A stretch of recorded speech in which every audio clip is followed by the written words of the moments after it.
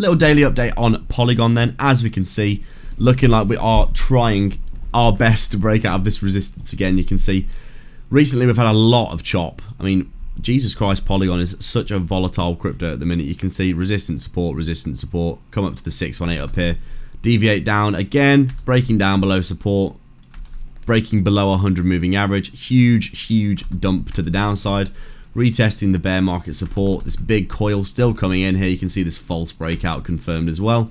Now coiling into the end of our big coil again, really just waiting to see what's happening next. You can see Polygon has been trying to break to the upside, with Bitcoin also looking quite bullish, but right now still stuck under our 038 Fibonacci at around 75 cents yet again, chopping to the side. We are going to see some upside for Polygon going forward, in my opinion, getting back up through our fib levels, but obviously quite a lot of chop, sideways chop in the recent months, and waiting for Bitcoin to get that clear all-time high breakout, in my opinion, before continuation.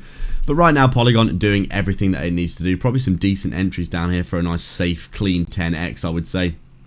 Realistically, we're probably going to be heading up from what we're at now, 70 cents, I think $7 up here.